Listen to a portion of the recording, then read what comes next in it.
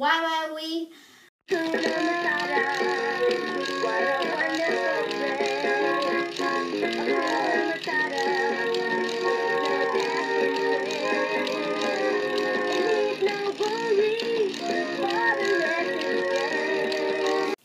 Hello, it is Taylor here today, and for today's video is another video request by William Harding. So I'll leave William Harding's channel name right here, and also I'll leave in the description down below for you all go check out. So William Harding has requested that I should read Toy Story. So let's get started.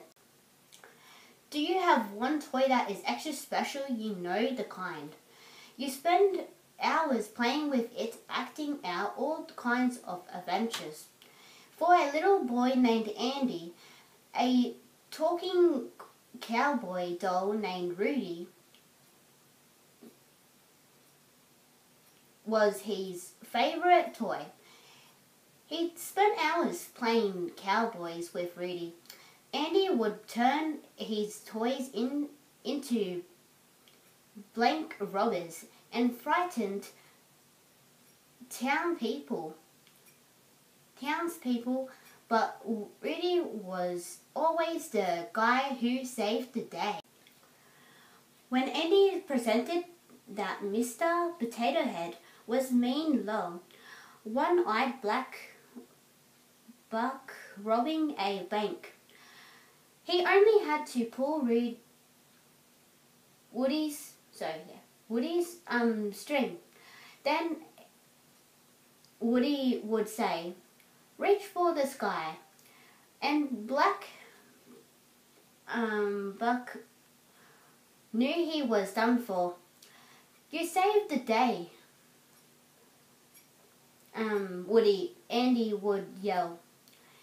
He'd give Woody a ride on his shoulders. One day, Andy's mum sent him to bring his little sister Molly downstairs. Andy left Woody on his bed. Today was a big day. Today was Andy's birthday party. "What do you think?" asked Andy's mum. "This looks great, Mum." Andy answered, and it did. The room was decorated with balloons, streamers, and a great big banner that said, "Happy Birthday, Andy." While Andy was downstairs greeting his friends, up in his room an amazing thing was happening.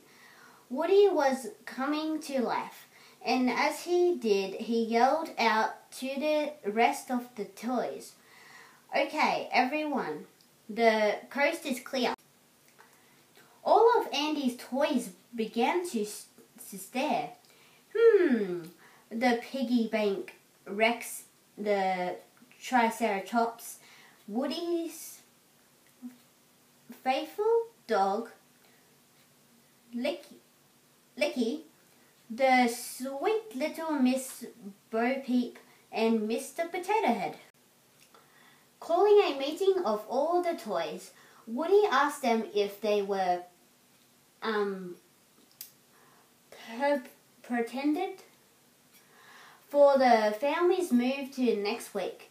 "I don't want any toys left behind.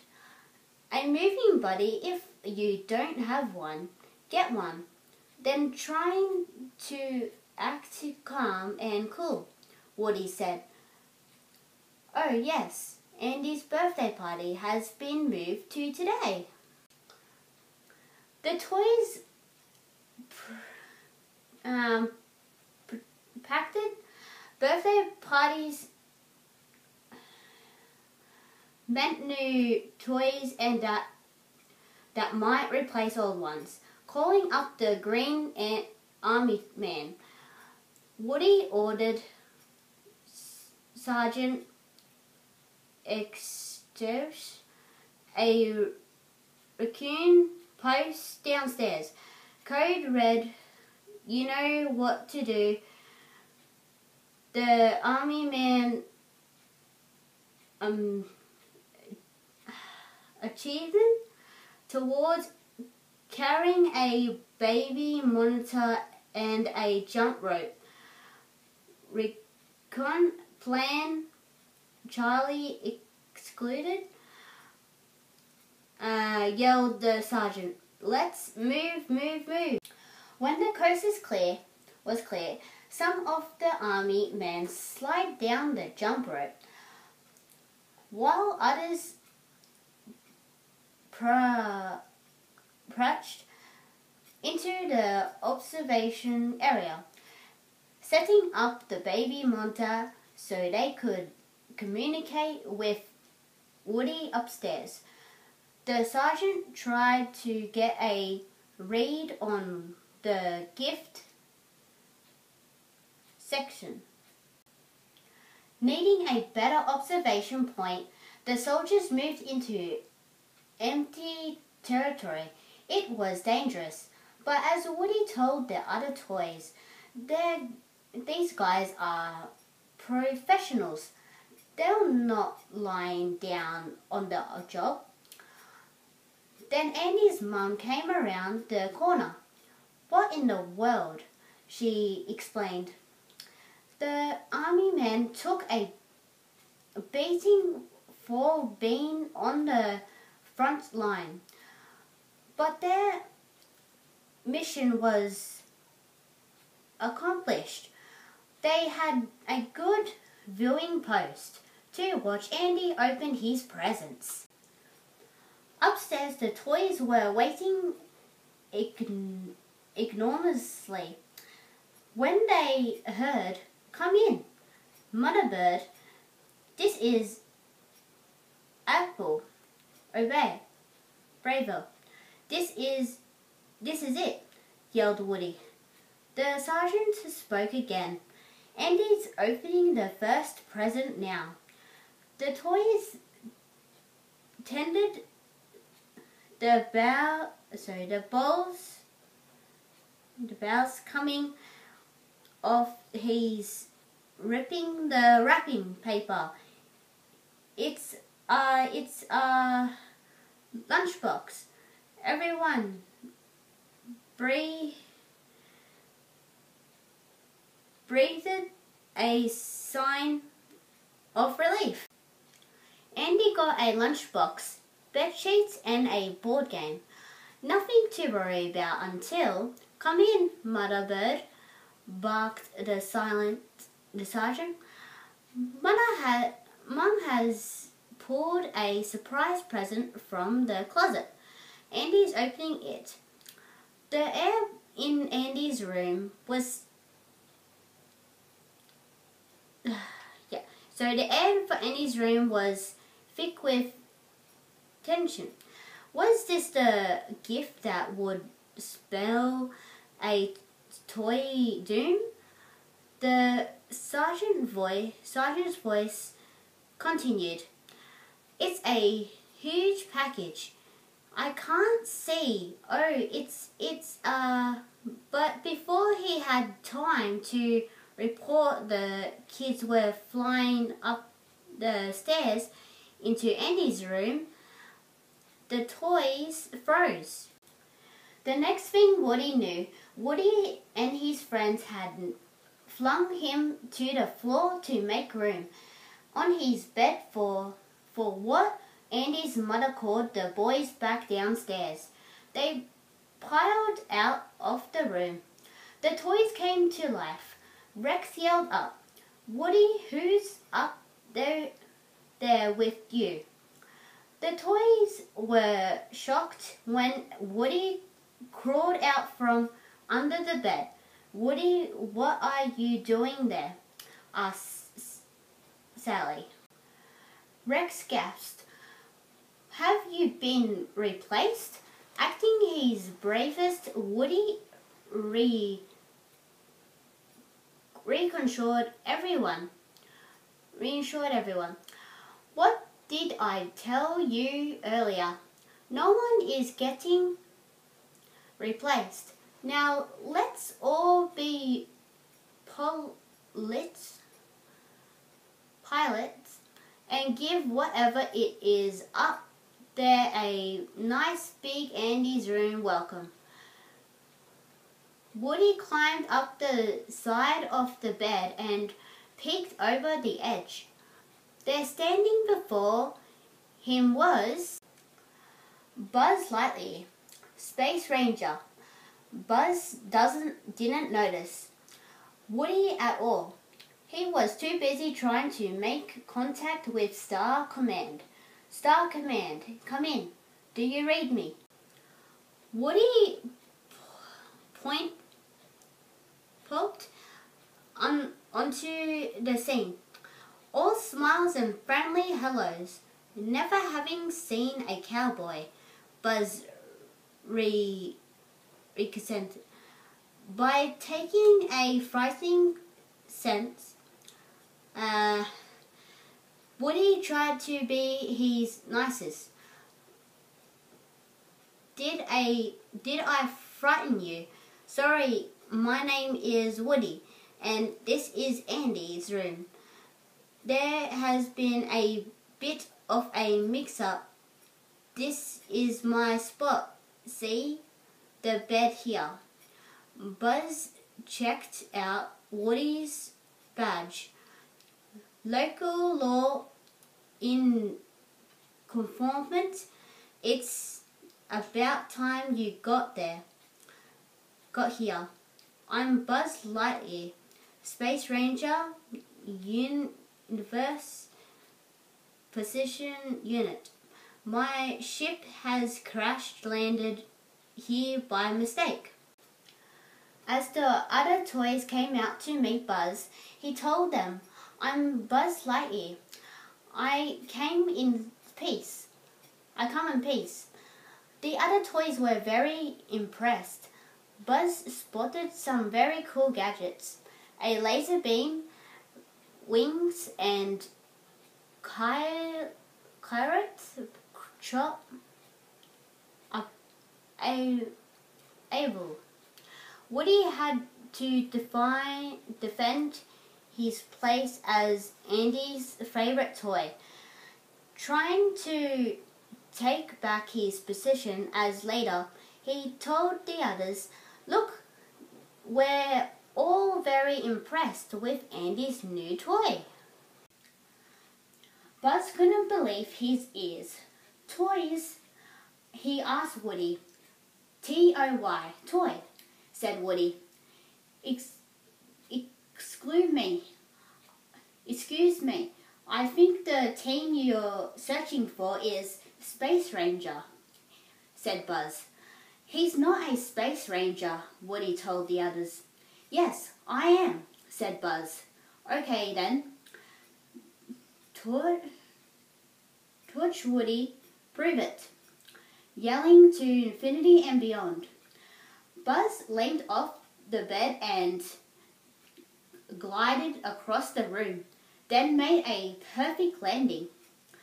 Woody could see there was every chance Buzz would replace him as Andy's favorite toy. The other toys thought Buzz was the greatest. All at once, they heard help. Somebody help us. We've got a man on a mine over here. It was Sid, Andy's neighbor, a reclusive boy who tortured toys.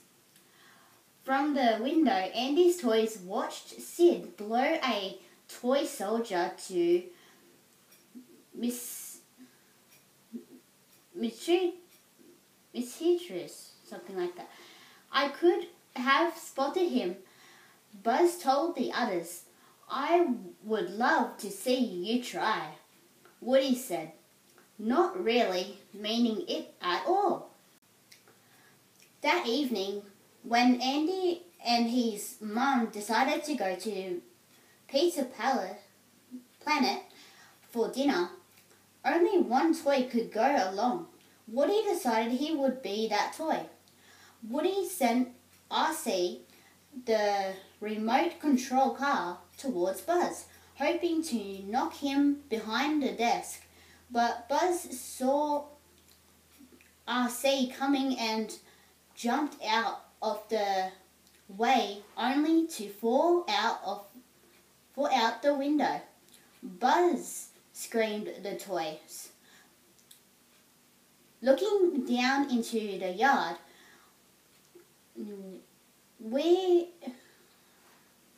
rah, rah, rah, said RC.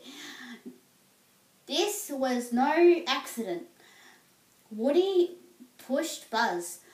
The other toys turned on Woody. Let's spring him up by his pull-string, said Mr. Potato Head.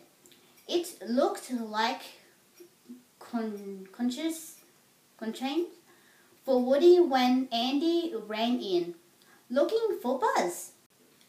He couldn't find Buzz, so Andy grabbed Woody. Woody was back in his number 1 place again. But just as Andy's car pulled out of the driveway, Buzz Lightyear grabbed onto the bumper. When the car stopped at a gas station and Andy and his mum got out, Buzz jumped in. He glared at Woody. I want you to know that even though you tried to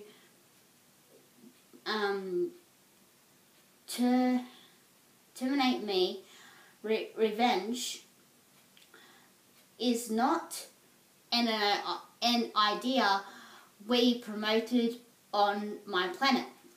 Oh, that's good, Woody said with relief. But we're not on my planet, are we? Buzz attacked Woody. The two of them rolled over and over until they fell out of the car. That was when Andy and his mum drove away, leaving Buzz and Woody stranded. Buzz tried contacting Galactic headquarters for help. Woody went ballistic. You are a toy. You're an action figure. You are a child's plaything. But Buzz refused to believe him. Even after the two were able to make their way to Pizza Planet in a delivery truck, Buzz was still looking for a spaceship to take him home, and he found one. A rocket-shaped crane game filled with alien toys. Buzz jumped in. I'm Buzz Lightyear, he told the aliens. This is an ghastly emergency.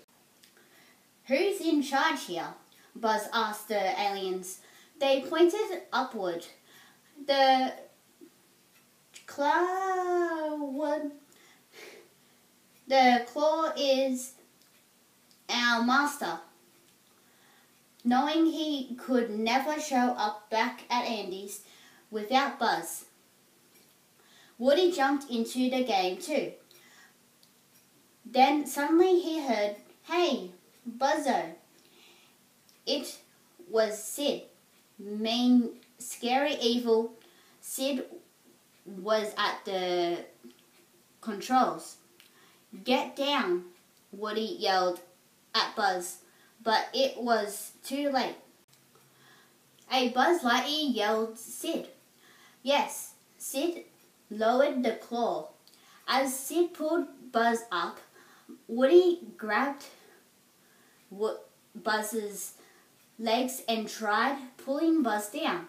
He was just beginning to win when he heard he has been chosen. He must go. The aliens were helping Sid. Suddenly, Sid had Buzz and Woody in his grasp. "All right, double prices," he yelled. Woody tried to warn Buzz about Sid. "Once we go into Sid's house, he wouldn't be coming out." But Buzz wasn't worried until he watched Sid operate. Changing his sister's doll from a toy into a monster, that's when Buzz hit a button on his chest and started yelling. "Come in," Star commanded. "Sent reinforcements." Looking with horror at Sid's collection of mundane toys, Woody told Buzz, "We are going to die." Woody might have been right. They were saved from disaster only by Sid's mum yelling, "Sid, your snacks are ready." When Sid left, Woody yelled, The door, it's open." They slipped out of Sid's room and stared down the hallway, seeing Sid's dog, Scrooge, sleeping on the landing. Buzz clapped his hand over Woody's mouth for silence. "Split up," he hissed. Just as Buzz got Woody free, Sid's alarm went bring. As Sid jumped out of bed, grabbed Buzz, went outside shot him to infinity and beyond. Woody was at a loss. Now could he help Buzz? Then he remembered Sid's mundane toys, crunching them out from under Sid's bed. He told them, "There's a good toy down there and he's gonna be blown to bits in a few minutes. You gotta save him, but I need your help." The mentioned toys and Woody made their way past Scrooge to Sid's backyard. The merchant took their prearranged battle stations and Woody made his way towards Buzz. "Everything's under control," Woody told them. Then Woody laid down on the gas and froze. Honestly, all systems are go, said Sid, coming out of the tool house. Then he saw Woody. "How'd you get out there?" he asked, picking him up. He chucked a match in Woody's holster and threw him into the barbecue. "You and I can have a cookout later," Sid sneered. Just as Woody was thanking all the Munchkin toys for their brilliant work, he and Buzz heard Andy's mother's voice coming from next door. "Everybody say bye, house." There wasn't even time to unite when Buzz from the rocket. If Woody and Buzz were going to get on the moving van, they had to run now. The two of them ran to catch up with the van, Buzz grabbed onto a chain dangling from the back of the van and hauled himself up. Then it was Woody's turn. He'd almost made it when Scrooge made a launch for him. Woody was trapped between the van and the dog, but Buzz came to the rescue. Jumping onto Scrooge's nose, he stopped the dog in his tracks. Now there was only one little problem. Woody was safely on the van, but Buzz was laying on the street. Entering the van, Woody made his way to the box labelled Andy's Toys Keep Out. Opening it, he grabbed RC, the remote control car, and aimed it towards Buzz. Still convinced that Woody was up to no good, the other toys attacked.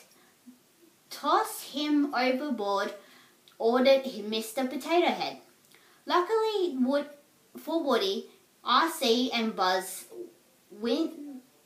whizzed by and picked him up before any cars could smash him. "Thanks for the ride, a relief," Woody told them. "Now let's catch up to that truck." Back on the van, Landy the toy in because suddenly spotted Buzz and Woody. Guys, he told the other toys. "Woody riding RC and Buzz is with him." "Great," said Woody, not meaning it at all. But Buzz wasn't giving up hope. "Woody the rocket," he said, using Buzz's helmet to magically the sun. Woody lit the rocket and the three toys hurtled into the sky. Closer and closer to the van they came. Then Woody lost his grip on RC. I was about to say PC then. Sending the car sailing into the van, and Buzz and Woody into space. "Hey Buzz, you're flying," Woody cried. "Chuttering, I'm gliding," said Buzz.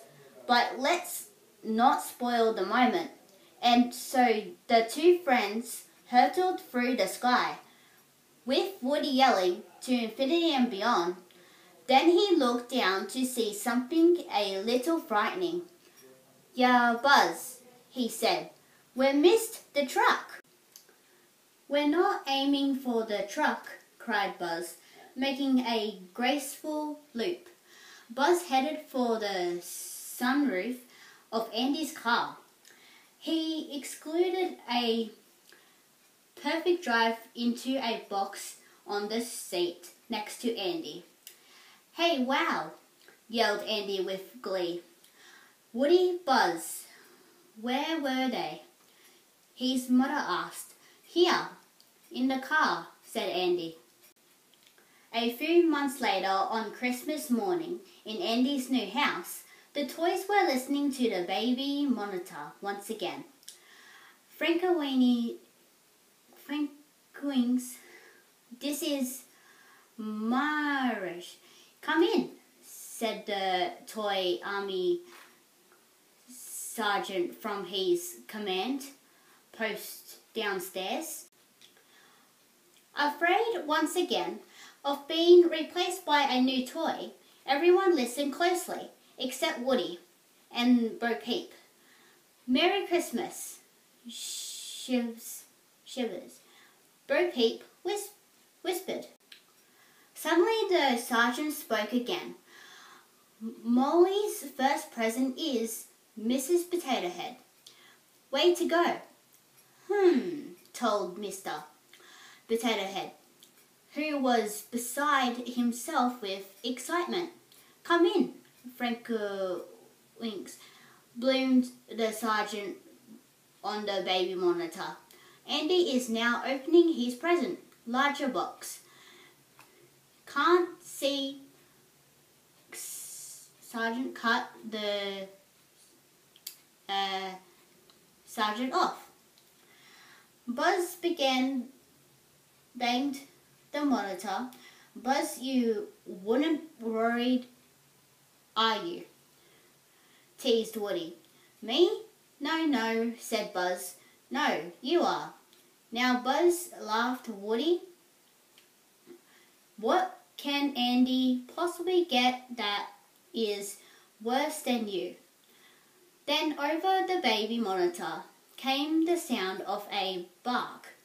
Wow, a puppy, yelled Andy. So this is the story of Toy Story. So thank you all so much for watching. Take care, and I'll see you on my next video. Bye! I just can't wait to be king.